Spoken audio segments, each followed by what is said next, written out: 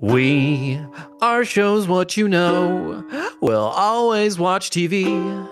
And if you think we can't, we'll watch more and you'll see. That's why the people of the web believe in Jim from Las Vegas and Jacob from Sweden. Welcome to Shows What You Know, your television podcast. I am a bit sad though. I dream of a parallel world where we had a disco intro because we're here to talk about Star Trek Disco. We're your two favorite disco heads, and just imagine our heads, if you're on the podcast, are like disco balls essentially. We've got it all decked out, lights all over the place, lasers. The analogy is so apt. I'm joined by a good buddy of mine, and my name is Jacob Burrows. My name is Jim Scampoli, and I've got disco fever. That's right, Trekkies. We're gonna not let that one go. We're here to discuss Star Trek Discovery, the back half of season 1. I guess not half. The back is 5 episodes. Can you believe it's 5 episodes? That's crazy to me. Yeah, I mean, it feels like we cover quite a bit of ground here. 1, 2. Well, it's like what, 6 technically? Oh, right, because Count 10. I can't count. But either way, maths aside, we're here to talk about Star Trek Disco, and there will be spoilers for the whole first season. So go watch the first season of Star Trek Discovery before listening to this. You can also follow our coverage of first the pilot episode, and then the episodes up to until 9. And Star Trek Discovery won me over really hard in these final 5 episodes. I mean, I liked it before then. I know you were a disco head for a while, right? Where are you at now, having watched the final episodes? Well, yeah, no, my backstory is I only know Trek through the movies. I never watched any TV Trek. I've never watched like the cool, like they give them cool, like they don't have as cool nicknames as Disco, but you know, when they say like TNG or TOS. That's the Next Generation. Yeah. What's TOS? The original series? Thought I was gonna get you on that one. Yeah. Or Voyager. Which Voyager? That was Star Trek Voyager. I watched some of Star Trek Voyager when it was on TV, and also another one of the ones that wasn't good that came out in like DS9 one. What? Or is that a different show? What did you say? Battlestar Galactica? What did you say? I said DS9. Oh, I don't know what that is. But I also watched some of the Next Space Generation. 9, baby. Star Trek Deep Space Nine. I know there was one I watched that wasn't that good. Voyager was also one I watched. I guess that wasn't probably the best one in retrospect, but I really enjoyed it as a young lad. But yeah, I can't come into it with a bit more Trek background because I also saw the movies as well and that stuff. Well, basically, I'm apologizing to all the like true Star Trek Trekkies, the Star Trek fans out there, because I know a lot of people were pretty lukewarm at the beginning of this show, and I guess it's because they're trying to get people like me into Star Trek. So it's my fault. I take it. I mean, I was down. I was down with it, even in the like 2-hour pilot that everyone kind of hates, I guess, but I really liked it. And I was kind of in it through the first 9, and I was even more down for these last 6. It's almost got like a guilty pleasure vibe. Like they go traveling to an alternate universe, and you kind of get all these tropes that are so the tropes. Like it's like Doctor Who almost, of like beaming to another world and anything is possible, and like shit, we're gonna do whatever. But it's so satisfying as well to watch, especially having like laid the groundwork through those 9 episodes of who these characters are, and then throwing them into something completely different. And stuff we discussed previously panned out, but it was kind of fine mostly. Like there was some stuff that we were a bit worried about, specifically Vok, Yeah. and his nonsense. I mean, I'm still no Ash Tyler fan. Don't get me wrong. I still think they should put him on a shuttle and send him into the sun. That's still my point of view. But I think the way it all played out worked really well, and just the excitement of getting to another universe. And even though it's like so the thing to have like an evil universe. It's basically like, yes, everyone's evil, and like the Vulcan guy even has the goatee, like, which is originally from Star Trek, which is why they can't like be blamed for going like to the tropiest thing, because they did that so many years ago. They have the right and the balls to do it, but they do it with something that looks so great, and the structure of the episodes is so great. And when we'd watched like 4 of these and they have the climax, what would be the climax of any other season, then it's like, oh no, we got 2 more for you. I'm like, how do you have 2 more episodes? So I'm really on board with Star Trek Discovery at this point. Agreed, and I think that's kind of one of the biggest keys to what they were doing and why it becomes why it ends up being a success is that yeah, these are normal things that would just be the main storyline, but they have like 3 main storylines going on at once, and that way you can hit like some dramatic climaxes, but then have another one like ready to go. Now, if I'm being honest, I wouldn't have guessed the Vok and Tyler thing. I mean, I started hearing the theories online, and then it started to make sense what they were saying. And when you first hear that on paper or whatever, it sounds really stupid, but it works because it's kind of coming to a head while they're in this other universe. Yeah. It's not the focus, it's not the main thing that's happening, but it's kind of this like, oh my God, we're trying to figure out all this stuff here in the mirror universe, but also I have to deal with this. Yeah. And it works, and it's played more for character drama with Michael Burnham. So I think you take something that kind of on paper is kind of dumb, but they make it work really well. And that's why everything feels like heightened in a great way and exciting, and that's what keeps the momentum of the show going. I think that's a good point about like the character stuff being central on that, because it felt like I mean, I still think Choose Your Pain is a really bad episode. The one where we are introduced to Ash Tyler. There's stuff that doesn't make sense there, and that's what made me like Google the episode. And then people were like, "Well, obviously Ash Tyler is gonna be Vok because of it's the same fucking actor and shit."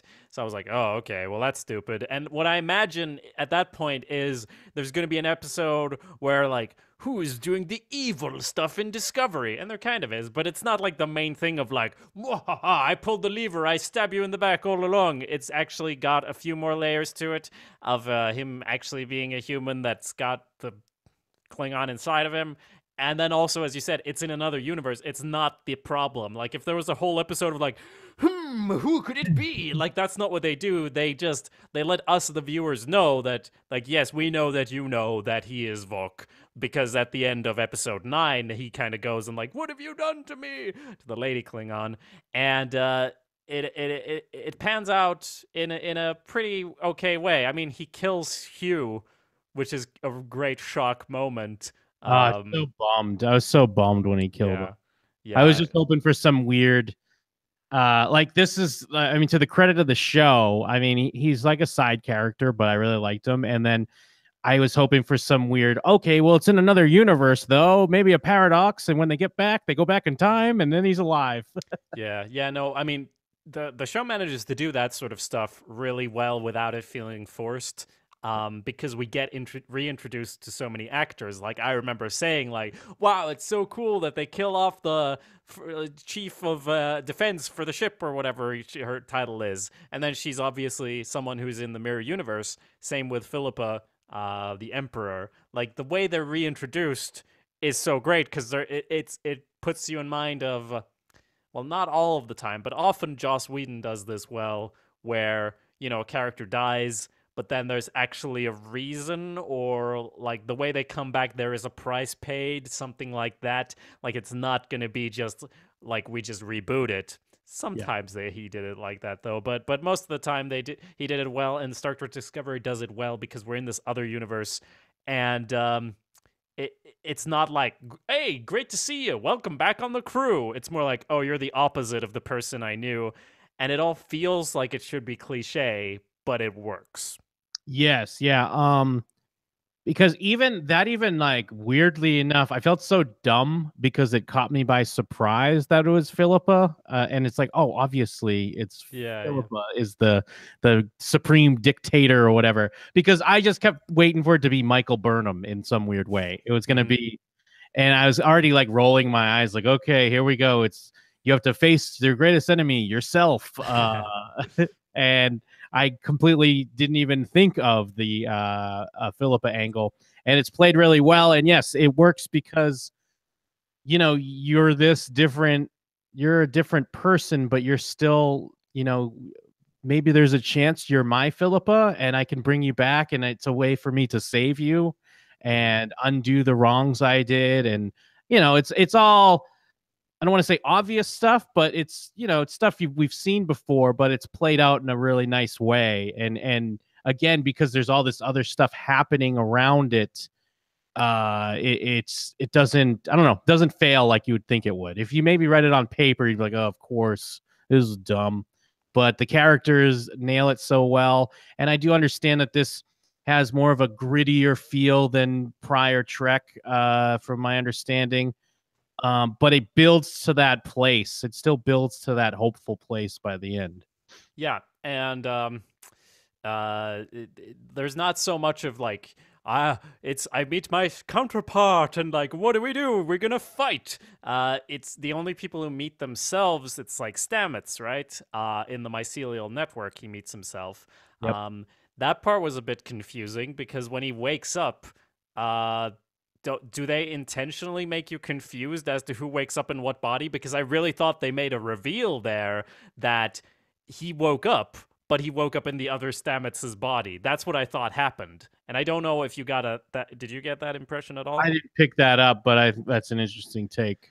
Well, I obviously I was wrong. Like I'm not they like hit that on the head, but I thought it was shot in a way where that was like the intention because of him like he's like, okay, I gotta wake up. He's like with Hugh or whatever, and he's like, open your eyes. And then we see Stamets opening his eyes, but it turns out he's in the Imperial ship. So I thought that was the thing of like, oh shit, he woke up in the other one's body, and now you have a traitor on the Discovery. And to be fair, maybe that would have been shitty. That doesn't sound like the greatest plot movement, but they managed to do great plots from stuff that doesn't sound great on paper.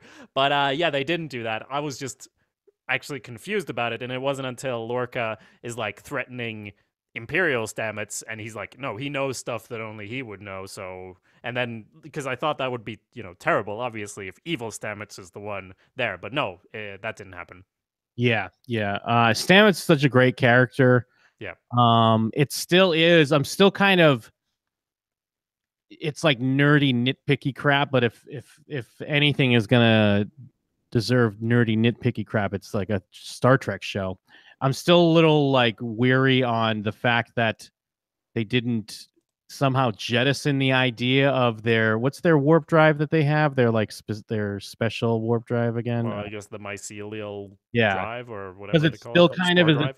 yeah, the spore drive. Yeah, that's what I was looking for. Like even by the end of the show, it's still kind of a thing, but they're like, we need to put it away or something like that. Like we're going old school. So it's still that idea of like, so the spore drive has been kind of kicking in the background somewhere. Although I'm sure there'll be some sort of thing to get rid of it eventually. But I know that's like a nitpick garbage, but what are you going to do? I think that's fair, and I think there's a few moments like that where you're kind of like, oh, okay, I guess this happens. Like when they need to regrow the mycelial spores, so they bombard a planet with it. And it's kind of a moment where we don't get enough backstory, that we just get to see characters talk at each other, and then like, of course, genius, that's what we'll do. And I'm like, okay, that's what we'll do, I guess. It's working. It's working. Yeah. Okay. So we could just do that anytime. Yeah, Uh, so that was because they're like, oh, it took years to do this, but if we shoot it at a planet, because I thought they were going to where they found the original sample and we were going to get something, new about that. But no, it was like, I know just the moon to fucking bomb with this shit. And it worked. Surprise. But things were a little bit, I mean, to be fair, they had those 2 episodes at the end where they crammed in, a second season finale. So things did get a little bit rushed. Kind of at times. yeah, I do want to talk about the finale in a bit because yeah, it does feel Yeah. like things get rushed for that. Going back to the mirror universe, I thought that all the way that all played out was great, and especially seeing how it was taking its toll on our characters, or Michael Burnham specifically, like having to play this part up and be a part of this for as long as they have, and like how that's affecting you. And I like how they, like, now she's like lives in a dark cool like penthouse apartment on the ship, and now she's fucking all the time. And the whole Vok Tyler thing is very reminiscent to me of, say, like Angel and Angelus a bit, to bring another Buffy reference. Yeah. And yeah, it's played much better than just like you'd mentioned before. Instead of just, no, that's Vok with a human suit on. It's kind of this weird dual mind, and who's winning out, who has control.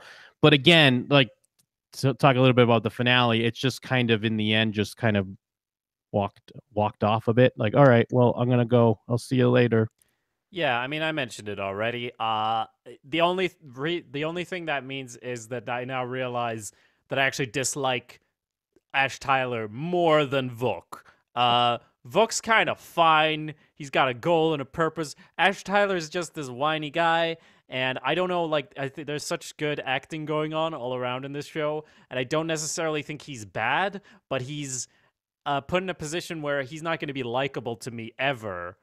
This character, I don't know what they're gonna do, because in the last few episodes, they certainly didn't make him any more likable than he was before. I don't care about Ash Tyler. Shoot him into the sun, I say. Oh man, you're such a victim blamer. Ash Yeah. Tyler is the best of us. He Ugh, survived through things that we could never have imagined, shut and he's up. still and he's still out there trying You to don't do. like Ash Tyler. No one likes Ash Tyler. Yeah. Uh, And another little weird nitpick, in episode 11, when they kind of meet the resistance, like, well, we meet the how, like, the Klingons are the good guys, kind of, yeah, and yeah, then yeah. teamed up with the Vulcans, and then they do like he does like a mind meld with Michael Burnham to see they're from another universe, but he doesn't do a mind meld to Ash Tyler to like Yeah, unleash all the secrets. You know what I mean? Again, yeah, it's because small bullshit, but still. he does the mind meld, and then like Ash attacks. And yeah, I guess that's wait. Like, When Ash does he attacks work? Voke, basically. Yeah, because no, yeah, we Yeah, meet good Voke in this, yeah, and he yeah. attacks stealth, I basically. guess we did have that fight, didn't we? We just said we didn't have that, but we did have that. Um, yeah, and then they're like, obviously, these people are crazy, but then no, her alternate dad is like, no, she's cool, it's cool. But then they all get blown up in the end anyway because she was too slow. So the Emperor shows up and blows them all up, I guess. So they all Right. died. I for- People are kind of really expendable in this universe, which is fine. It actually does work. But if they go to another universe in the next season and then start killing more versions of themselves, it's gonna get thin.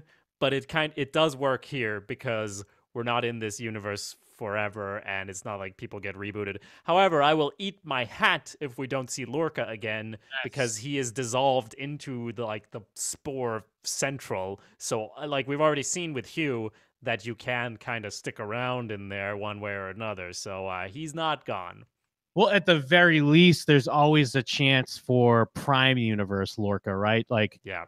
I know he's kind of assumed dead or whatever, but hey, we ain't seen a body yet. But of course, and yeah, to your point, Lorca went into the Spore Drive, which has all kinds of crazy magic behind it that Yeah, disguises apparently. science. Yeah. So you could definitely write it off as like, oh no, he was stuck in a mushroom and now he grew out of one and he's Yep. fucking Super Mario. But I mean, we haven't talked enough about Lorca. Lorca is so great. I really was kind of bummed when they got rid of him, but I mean, I understand he kind of becomes the big bad in a way.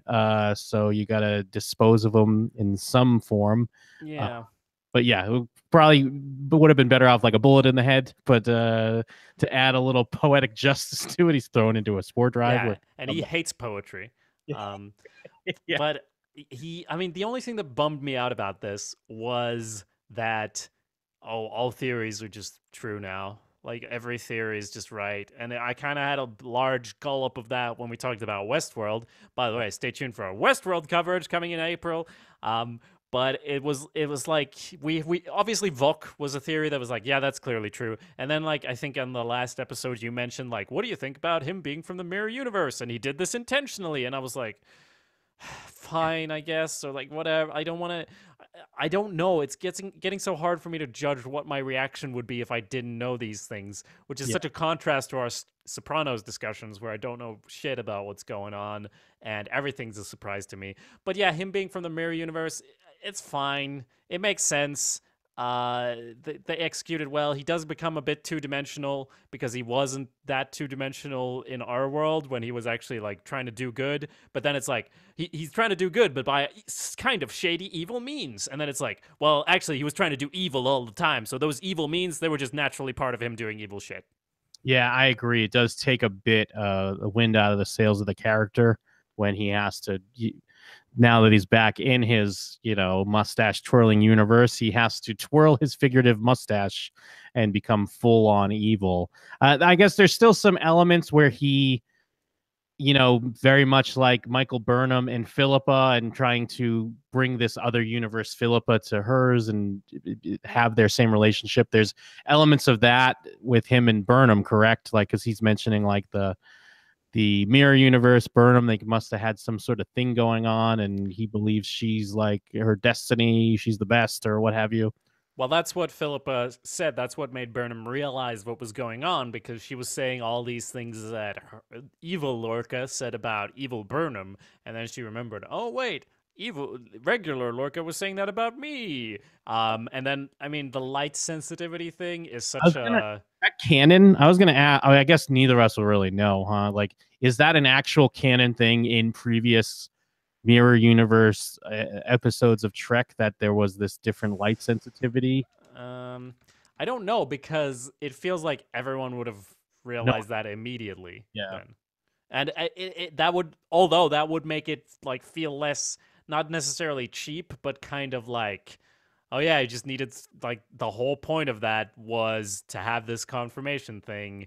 And it's so convenient how she says it of like, ah yes, the sole difference between your universe and mine is that we're like this. I was like, oh shit, that thing that I've conveniently noticed and it's been super telegraphed to everyone forever. No one can miss this twist, can they? And it's like, oh, if it was all constructed for that, it feels like, oh, okay, whatever. You But Googling yeah, it? no. Sensitivity. I'm Hopefully Googling someone it. will tell me. Yeah, see if you can find it. So yeah, we get the Lorca reveal. It's played out pretty nice, but yeah, that's what I was wondering. Like, did they cheat on that, or is it actual thing, and maybe it wasn't supposed to be this big reveal? Who knows? And I like when it plays up because it's like we're in this mirror universe and everything's crazy and we're discovering new things, and then it adds another element because then we get back home and oh no, it's been 9 months, so it's almost like we're in another, even though it's our own universe, it's almost like we're in another universe because we have to catch up on everything we missed. It feels And very sort of quantum leap, sort of like, or like Doctor Who, like jumping from like every new episode, it's a new thing, a new challenge, a new version of reality, a new conflicts and things, and that's kind of a great way they've done it so far, I think, because fucking the Klingon War, if we were gonna have another 10 episodes of fighting just Vok and his houses and everything, like going to the mirror universe is so more exciting, and then we're excited to go back. And I mean, in the end, they do like throw in the Enterprise as well, so I don't know what that's going to be about. Are we going to have more time travel? Who knows? But they've done a good job of keeping it fresh. well, yeah, and especially like, so you can have that moment where like Sarek and that Starfleet admiral, what's her name, they can show up and kind of be fighting our characters, even though they're supposed to be friends. Because it's like, who are you? We don't know if you're really Discovery. Discovery disappeared 9 months ago. 9 months, you say? It's been a mere week for us. A lot of fun little back and forth they can go. And they kind of get they kind of get two sides of it because usually a show like this would either be episodic or like do a season, and they've kind of gotten to do little mini seasons or little mini things of going off and having a different adventure, and then they all overlap. What were you going to say? Well, I was going to say, to your point, I was just going through my notes and what you were talking about when they made the spores again. All I wrote was they make spores in a half-assed way. So yeah, you're right. Oh, and you know what? I do want to call out. Well, we haven't talked about Tilly enough. I didn't really like Tilly in the first half, but it's great when you take a mousy character and then have her have to play like this badass killer version of herself. And then you get to play around with that where she can learn a thing or two from her evil self. Maybe she should be a little bit more assertive in certain cases and really go for that captain or commander job that she wants so bad. But I do have to call out what a cheeseball lame scene it was when Tyler goes to sit in the cafeteria. Oh, and no one sits with them, and then Tilly, like, I expected it to just be a thing where Tilly sits with them and then that's that, but they have to then do the extra, like everyone's like, yeah, let's go sit with Tyler. Here's the thing. I mean, I'm biased because I'm like, well, don't even throw him in the bridge. Throw him out the airlock. I don't care. But with that said, with Saru, like, I get he's a new captain or an acting captain. He doesn't know what's what. But maybe don't let him walk around the ship. Maybe like Yeah. the fucking war criminal. Maybe just a little. I mean, he puts a bracelet on him. It's like, oh, your thing will be restricted. You can't fucking order the nice ice cream in the food machine. It's like, okay, like he couldn't get that off. Like any old sonic screwdriver couldn't do the job. I think not. So it's just, yeah, he never should have let him walk around, especially just have some consideration for Burnham, who was like, oh, is that an order that I need to see him? I was like, no. I was like, well, you're gonna, because he's just walking around, so you'll see him. Don't worry. Yeah, sorry. Deal with it. And yeah, they build this, they built this very plausible scenario where the Klingons have been winning the war for the past 9 months. The Discovery has been gone, and there is very real danger that the Klingons are headed to what, like Starbase One or Earth or what have you, and they're gonna like obliterate them and win the war. So then, yeah, they turn to Mirror Universe Philippa and make her, like, bring her as commander or what have you of the Discovery. Yep. And it's supposed to be a secret, but she's clearly from the Mirror Universe, the way she's talking to the crew. And the crew, it's not like there's some new crew. Yeah. They were all in the Mirror Universe a week ago. Yeah. And this dead person's back and acting very much like she's from the Mirror Universe. Yeah. Go ahead. No, yeah, Tilly sees it. I like the way Tilly reacted when she comes in, though, of like, oh my god, I heard so much about you. And then just immediately gets what's going on, and Tilly's the best. But yeah, things do get a bit rushed there because it kind of makes sense. I mean, it does make sense, and it feels very satisfying. But it's kind of some big leaps. I don't know. I have more problems with the Tyler stuff, I guess, than... And, oh, well, yeah, the ending. Do you want to talk about the actual ending?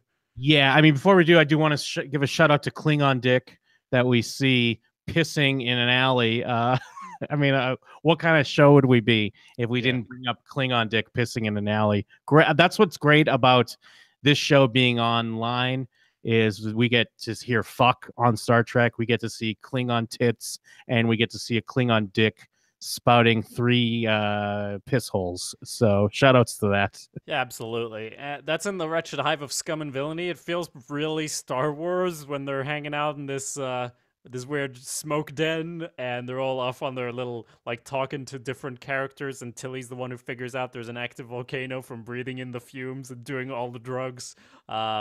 I love how she actually manages to act kind of badass when they're doing the weapons deal, but then obviously doesn't follow through on any of it.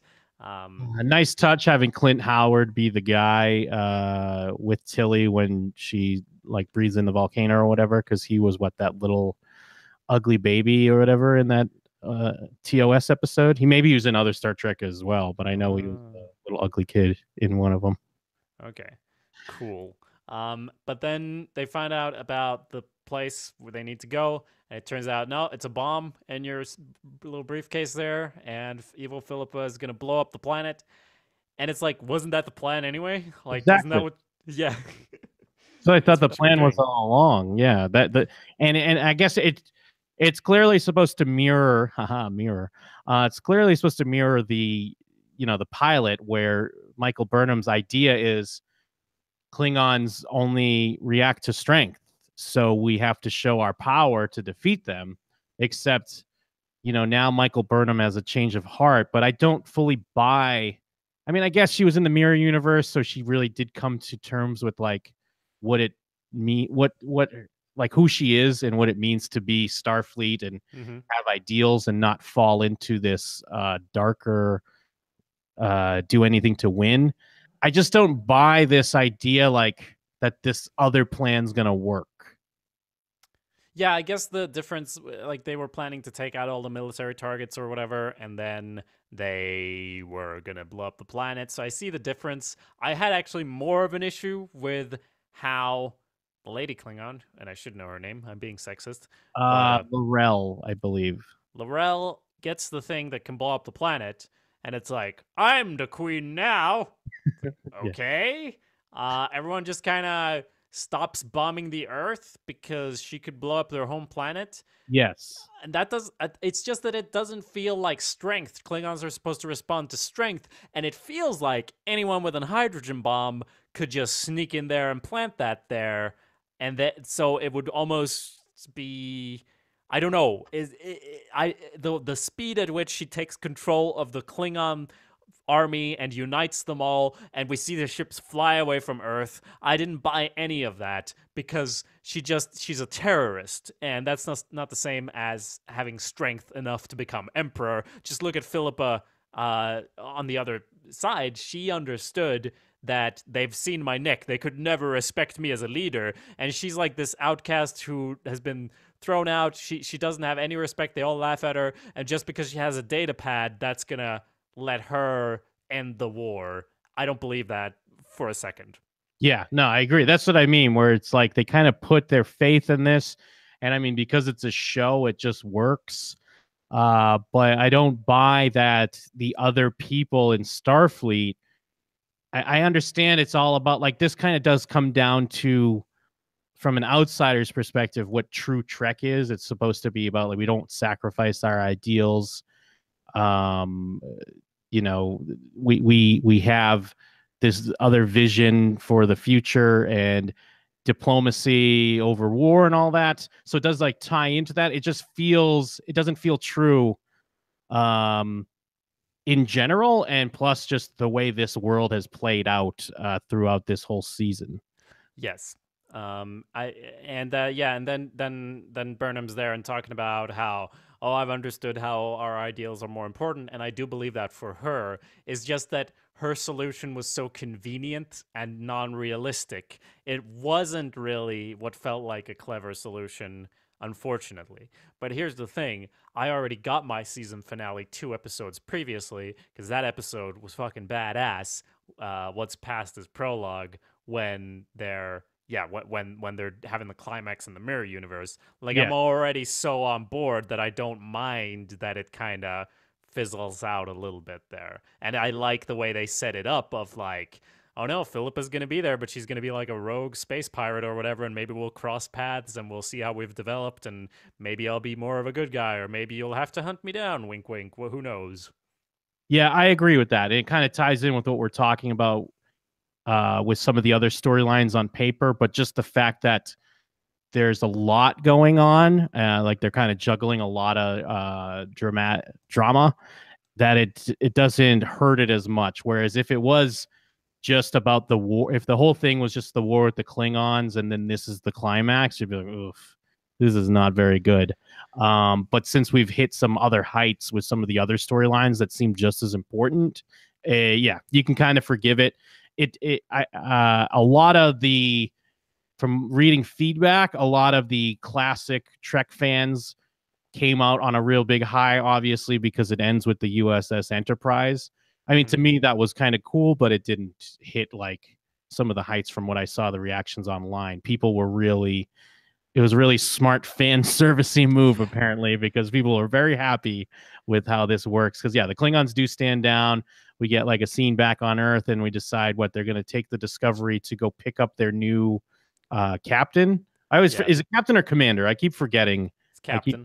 Okay, they're going to pick up their new captain on Vulcan, apparently, and and we think the thing is going to be who's going to be the new captain. That's going to be the big cool thing at the end of the episode. But no, it's like here's the USS Enterprise, NCC 1701, and I I said earlier that maybe there'll be time travel, but I guess I'm an idiot because the Enterprise just belongs in this time. I guess I don't know the timeline very well, Well, but yeah, we're in Enterprise times. We're like it's before the 10, original series, yeah, right? I believe it's 10 years before, so that's why they mentioned Captain Pike. That's why it's so weird that it's got that vibe of oh yeah, of course the prequel Star Wars films happened before original Star Wars and everything is so much more advanced and lightsaber battles are completely different and so on because like yeah, of course the spore drive, we just locked it up after this. Yes, yeah, and then but I believe with Pike is Spock still part of the crew, so we should see Spock then. Yeah, I almost thought, I mean, who do we know on Vulcan? I mean, I guess he's in the Starfleet, so he's not on Vulcan, but it felt like, maybe it's Spock who's the new captain. Why not? Right? Yeah, Or yeah, I guess that would not make sense because he's like the number one in the original series or whatever, so he wouldn't be degraded back to that level, I suppose. I don't know, Starfleet. yeah. I guess I mean, because there was that other thing where they kept mentioning that ship in the mirror universe, and from my understanding, that is like real canon, something to do with a different ship in the previous Yeah, series that did disappear in the mirror universe. yeah, you got to assume that it is. And also, I mean, they even say like just a short note that obviously Lorca is coming back, Prime Lorca, because what's her name, Katrina Cornwell, the admiral, says like, uh. I gotta assume he died because, a single Starfleet officer could never survive in the Terran world, so we just gotta assume he died. And that's kind of telegraphing that no, of course he's Lorca. He's Prime Lorca, but he's Lorca. He didn't die. He maybe becomes the new emperor or whatever, finds a way home. Yeah, Um, really. but hey, new bit. What was that? What's that sound? New bit. Can you hear that sound, Jim? I I kind of think. hear someone saying "new bit." Oh no, I think it's the wind, but I think it's telling us it's time for something. Maybe for a new bit. New bit. I think new bit coming right up.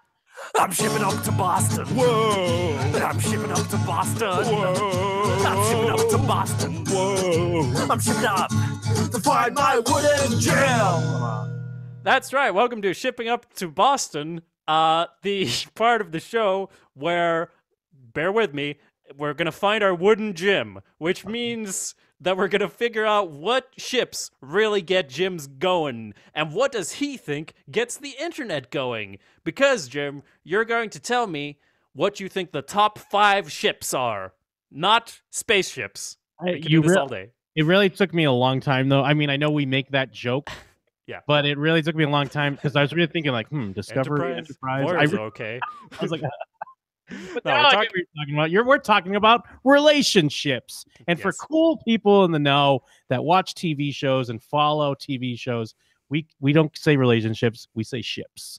Yes, especially when it comes to fan fiction, because this is about how many stories with these different relationships have been written already on the internet. And by the internet, I mean Archive of Our Own. No peeking, Jim. But Archive of Our Own has actually become the center. I didn't realize I grew up where fanfiction.net was the place to be. But fanfiction.net has 115 Star Trek Discovery stories, and Archive of Our Own has 775 Disco stories.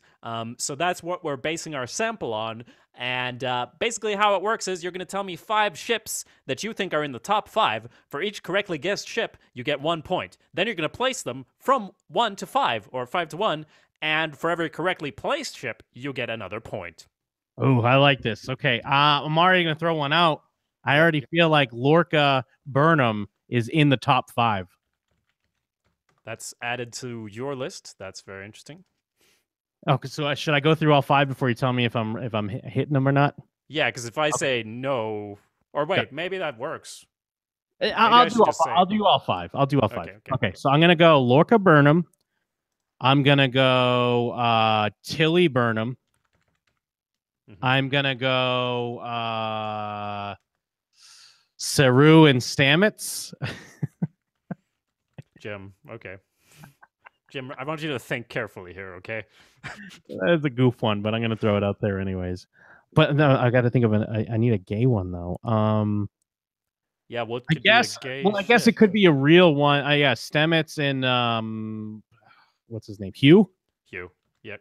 Stamets and Hugh, and I guess I got one more. Let me think. What have I said again? Just read it back to me real quick. Lorca and Burnham, Yep. Tilly and Burnham, Yes. Saru and Stamets and Hugh. Saru and Stamets. Yeah, no, of course. We will go Burnham hmm and Philippa. All Sure. right. So, but here's how it's gonna be, though. I think you need to order these before I tell you how you're doing, because Yeah, otherwise, you're right. yeah. Well, I gotta go. I'm thinking Lorca Burnham is number 1. hmm I'm gonna go Tilly Burnham is number 2. Okay.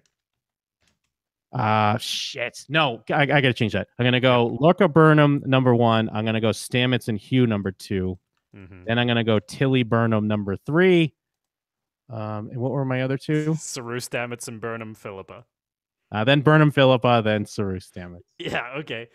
Okay, perfect. Now we're gonna go through, and here's the thing: this is a live, evolving genre where I checked earlier, and the numbers are shifting as we speak. So this is like live, ding, ding, ding, ding, ding. Check the bells. What's going up? What's going down? And I can tell you which ones you guessed that are on the top 5. You got Burnham and Philippa, correct? They Yes. are on there. They got that vibe. Let me see what the fuck. Okay. Well, Hugh and Stamets are on the top 5. Yes. But then, there's Mirror at. Nope. Sorry, man. Those are the only ones you picked that are correct. So you got gotta 2 go- points. I had to specify mirror versions as well. No. Don't worry about that. I mean, they do specify mirror versions here, but Answer okay. me this: is Vok Burnham in top 5 or Tyler Burnham? Yeah, it's in there. I thought that was too obvious. I got too No. caught up in making up ones. Yeah. I forgot that there's clearly going to be a lot of the existing on the show. Yeah. Probably Laurel Vok as well, I bet. Here's the thing: you came up with good ships. I'd read these stories, especially Stamets Saru. But unfortunately, yeah, it's always going to shift a bit towards canon. You can keep this in mind for the next shipping up to Boston. But to tell you the actual top 5, I need to double check this though, because it does change, as I said. So I think Philippa's moved up. Yeah, Philippa, literally, like Philippa Burnham moved up from 5 to 3 from before to now. So I think their chemistry in the final 2 episodes are what sold it. Barely, like a few people were writing it from just the pilot, but having her back and having that chemistry, that really got them up and sizzling. So they got up to 3rd place, meaning that Mirror doesn't matter, but Lorca and Ash were actually number 5. Yikes. I'm surprised there's no Lorca Burnham in top 5. Yeah, I know.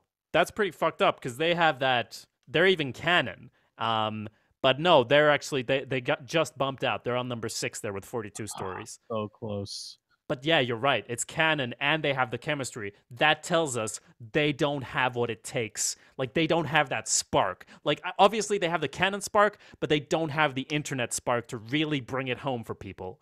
What's number 5? Number 5. Well, that was Lorca and Ash. Lorca. That's right, you told me. Okay. Number 4 is Michael Burnham and Ash. And then number 3 is Michael Burnham and Philippa.